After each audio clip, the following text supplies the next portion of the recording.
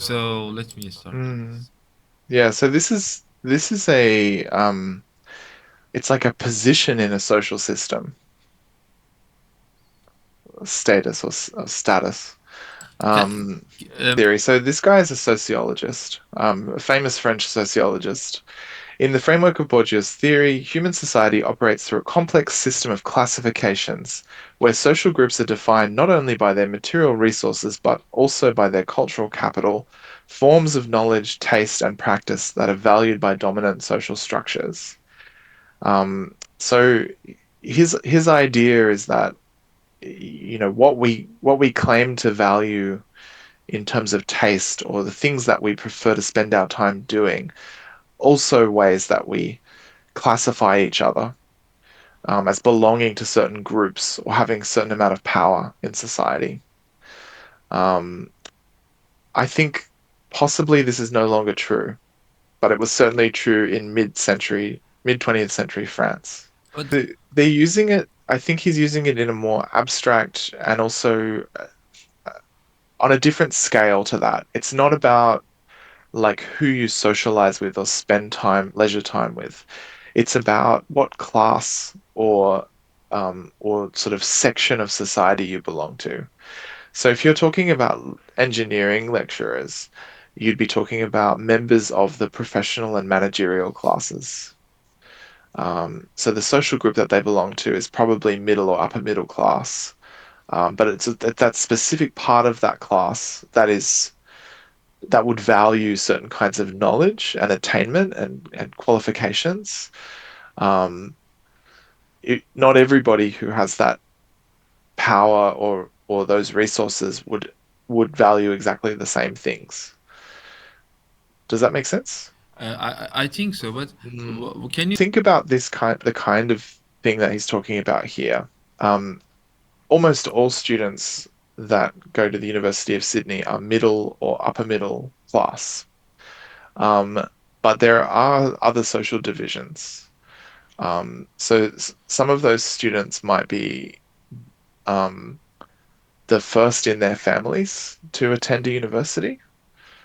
So they might have like a working class background, or they might have a background in migration where their parents have not been able to go to university because they've migrated and had to work different Mhm. kinds of jobs to survive.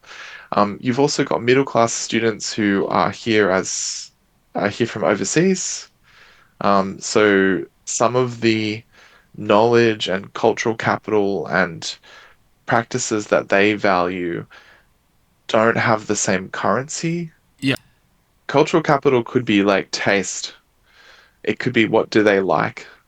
Um, and it could even be f like food. Oh, okay. So like notoriously Australians, even very wealthy Australians, don't know anything about food and are very bad at What do you mean? I have making heard this one before. Yeah, making very bad at making decisions about what to eat. yeah, I have heard. I actually think instead of a culture of food, they embrace ideas about health. Oh, So that's good. instead of having good taste, like knowing how to cook something so that it tastes really good, um, a lot of middle class Australians would prefer to make Healthy. sure that it's quote unquote healthy. That's good Um, actually. Okay. yeah, it doesn't taste good. I love the idea actually. And they also might not value some of the practices of dining, like fine dining or the ways that people get together to eat together in other cultures. You Um, mean they don't eat together in Australia? Most of the cases. some don't, yeah. Oh, okay. I didn't know that. Like maybe sitting in front of the TV while you're eating Oh, that's dinner crazy. instead of sitting around a table. So these practices have currency in some places and not in others, right? Okay, I didn't know They're that. connected to ideas about family, but they're also connected to ideas about aesthetics. And I think Bourdieu wants to talk about all of those things. So it's not just whether you can afford good food, but also how you eat it and choose to prepare it. That's great. I got it. Perfect. Mm. And it extends into even to useless knowledge and practices, like things that are purely aesthetic. Like not only how much do you know about art, but how did you learn about art? So when Borgia is talking about art, he's talking about not just, oh, I know all of the famous works by all the great artists, but I didn't learn them in a degree. I learned them by going to galleries and because my family talked about them. Like there's differences in how you acquire knowledge as well, that is seen as more or less valuable. Um, like for example, if you know how to code, but you dropped out of uni, there are parts of our society that agree that that's a better path than becoming a computer science professor, right? Okay, got it. Like Perfect. how you acquire the knowledge. You drop out of uni and you go and work in a startup. Um, that's seen as more valuable by some people. Obviously, Elon Musk. Yeah, Yeah, maybe, exactly. Yeah, these are maybe. people, Yeah, and these are people who have no taste, right? yeah. So it's a completely But so there's a guy who doesn't even understand the cultural reference points that he refers to. Like he would talk about like the Lord of the Rings and he doesn't even understand what the book is about. Um, so like instead of some kinds of knowledge being privileged, other kinds of knowledge are privileged. mm, So I think like business savvy and like um believing in overwork, you know, 16-hour days, all of that sort of thing how is many hours? 16-hour days. That's One valued six, now. one Yeah. six. Who works 16 hours a day? I mean, in That's what Australia. that's what they in startup land. That's what people want. They think that shows that you. No, I've heard that some people work 50, but I couldn't find even one single Mm. person who worked more than 15 hours in Australia at least. Well, When I not in a go to university, that's for no, sure. no, no. Even some of the startups, some of the so. Do you think that there's so it is out of this context? But have you seen any person who worked more than 15 hours a day for a startup? Have you seen that, or have you? I mean, from any? I don't mix in those circles, Oh, but okay. they like it's reported that Oh, some of it's these reported. Oh, yes. You mean that startups. there are some people who work 50, more than 14 hours? Even 14 is a lot. Yeah, 14 hours a yeah, day. That's crazy. Okay. yeah. Good, good. I didn't know that. So you have those. I would say that those are not just about how you spend your time, but they're also about a certain aesthetic, an aesthetic of overwork or of always being at work or something like that. You've got to show that to other people. So I think this is part of what Borgia is talking about too. Like what things that you do with your time are valued. Oh, that's a Um, great point. mm. I didn't And know how does that. that distinguish you from other people? So Mm. is it a cultural? It is not a cultural capital, yeah. I mean, working extra hours, or I is it? think I think it's instead of cultural capital. Instead of knowing about interesting things or appreciating fine art, you I think the same with luxury goods. Mm. Like, you know, you've got to design a handbag instead of knowing about modern art. They're Instead different. of what? Instead of designing a handbag, instead of what? Like Or is you've bought yourself a designer handbag okay. instead of going to the museum. Like these are distinctions between how people spend their time and what aesthetic choices they make. Exactly. And they're only partly about money because you know, to go to the museum, you have to have free time, you have to have money, right? Otherwise, you're too busy working. Um, But for the handbag, this is the same story. You should have money yeah, first. exactly, exactly. But So it's not it's strictly about whether you've got resources, it's also about how you choose to spend your oh, time. okay, okay, I got it. Cultural capital. And also, Adam, can you explain what the dominant classes? It means that the people who are wealthy. What does it mean? I still don't understand this one. Like, Mm. what does it mean? People who made I don't know 100K a year. Is it like that? What does it mean dominant class? I don't think I don't think in contemporary Australia that that would be a dominant position, but I think it's um yeah, so they're talking about those groups of people, whether they're big or small, that have more control over how everything is done in a society. So I would say when Bourdieu was writing, that would have been middle and upper middle class French people. But I think now we've got more inequality. I actually think dominant classes probably means like CEOs Oh, CEO. Oh, yeah. Okay. and billionaires. Um, even in France, increasingly. But billionaires, there are less than, I think, 50 people who are billionaires, I think, in Australia. Is it true? When I Yeah, search so it. so it would be broader than that because they've got all of those millionaires and multimillionaires who work for them and support their interests and Okay. um yeah. Yeah, great. And also But here is it. Yeah. these are, I guess, where you draw these lines, this is all subject to debate. I think Bourdieu's got some concepts that he uses, but if you were going to try and apply them, you would need to, yeah, you'd need to think more about some of these questions. So because it said that dominant class control everything, blah blah blah, based on his idea, okay, and it said that okay, this one should be legitimate or redefine knowledge. I mean, how do Mm. you, for example, redefine the knowledge if you are a I don't know, a dominant Re- class? what's seen as legitimate or refined knowledge, that is what what is seen as worth knowing, um, what is seen as an important thing to know in detail or to know more about. Um, so I think having a general sense that something is valuable Yeah. is So, not the same as knowing exactly which. Like let's say that the rich distinguish themselves by what cars they drive. Um, by and what? Sorry, by what? by what cars they drive, like Oh, what by what car. cars they drive? Yeah. Yeah.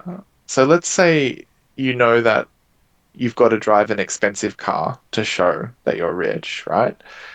Um, but that's different to having a more refined knowledge of those cars.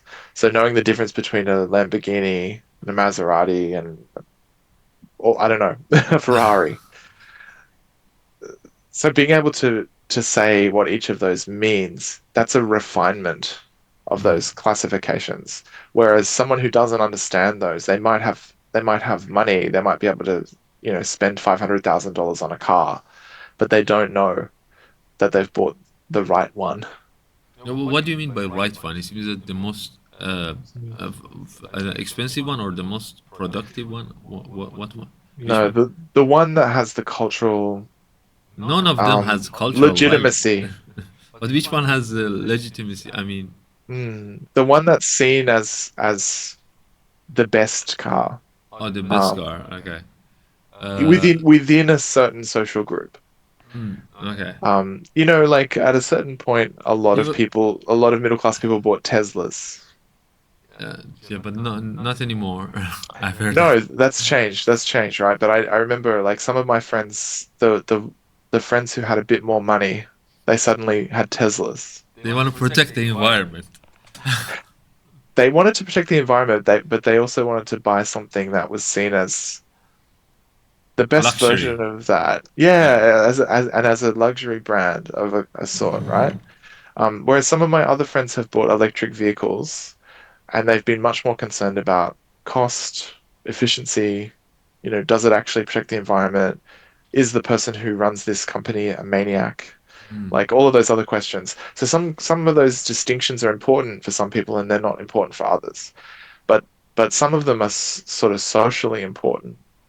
Yeah, I Um, got it. So mm, here you choose existing social system. system, Okay, I yeah. got it. Yeah, perfect. Mm, And also, Adam, can you explain about this one? Which one do you choose and summarize it? Yeah, Also a reflection of the intellectual and cultural systems classified or cl- that preserve it. preserve. Yeah. So this is also all about making sure that the system stays the same, that the people who are currently on top stay on top. Like if you're not allowed to join a group unless you can unless you can say that this particular car is not cool this year. You need to have this other car instead. I've That heard that there are some groups that's called Ferrari group. No, I don't know what do they mm, call it. Until they decide that okay, this one, this brand is not good. We have to go to or Rich Kids, for example. You heard of that? Rich Kids. exactly. And Yeah, so how do you join a group like that? you You have to have can't money. you have to have money, but you also have to show that you know how to use the money in a way that that group. So you have to have absorbed that group's values, right? So it's about preservation. Preservation. Okay, I preserve it. mean, I mean, in another sort of context, we do this in universities. It's not enough to be really smart. You also have to show that you can be smart in the way that the university values. Exactly. Um, That promote the university somehow. so we might talk about that as educational capital as well as cultural capital.